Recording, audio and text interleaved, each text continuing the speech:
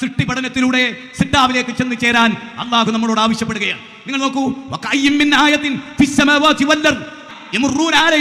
അതെ, ആകാശങ്ങളിലും ഭൂമിയിലും എത്രയെത്ര ദൃഷ്ടാന്തങ്ങൾ അവയെ അവഗണിച്ചുകൊണ്ട് അവർ അവരുടെ അടുത്തുകൂടി കടന്നു പോകുന്നു.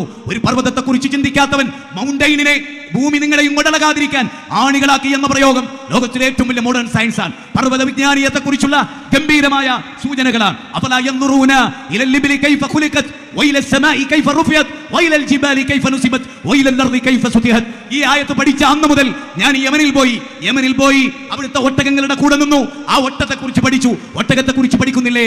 അതിന്റെ നാസാരന്ധ്രത്തെ കുറിച്ച് അത്ഭുതം, അതിന്റെ പൂഞ്ഞയെ കുറിച്ച് അത്ഭുതം, 2 കിലോമീറ്റർ അകലെയുള്ള വെള്ളം അറിയാനുള്ള അതിന്റെ കഴിവത്ഭുതം, മരുഭൂമിയിൽ കാല് കൊണ്ടുപോകാതിരിക്കാനുള്ള അതിന്റെ സംവിധാനം, മരുഭൂമിയിലെ മരുക്കപ്പലിനെ സൃഷ്ടിച്ചതിന്റെ പിന്നിൽ യാന്ത്രികതയോ ഒരു മഹാബുദ്ധിയോ. കാസർഗോഡ് ജില്ലയിലെ ബസ് സ്റ്റാൻഡിലോ ഒരു ബസ് സ്റ്റോപ്പിലോ നിന്നാൽ ആ ബസ് സ്റ്റോപ്പ് നിർമ്മിച്ചതിന്റെ പിന്നിൽ ഒരു കൂട്ടരുണ്ടെന്ന് വിശ്വസിക്കുന്ന നാം 20 സ്ക്വയർ ഫീറ്റോ 200 സ്ക്വയർ ഫീറ്റോ ഉള്ള 2 റൂം കാണുമ്പോൾ അതിനൊരു എഞ്ചിനീയർ ഉണ്ടെന്ന് വിശ്വസിക്കുന്ന നാം സൂര്യനെ 13.5 ലക്ഷം ഭൂമി ഒതുക്കി വെക്കാൻ വ്യാപ്തിയുള്ള സൂര്യനെ സൃഷ്ടിച്ചതിന്റെ പിന്നിൽ, അതിന്റെ 10 ഇരട്ടിയുള്ള നക്ഷത്രങ്ങൾ സൃഷ്ടിച്ചതിന്റെ പിന്നിൽ, 250 കിലോമീറ്റർ വേഗതയിൽ സെക്കൻഡിൽ സൂര്യൻ കറങ്ങുന്നതിന്റെ പിന്നിൽ ഒരു സിട്ടാവില്ലെന്നാണോ?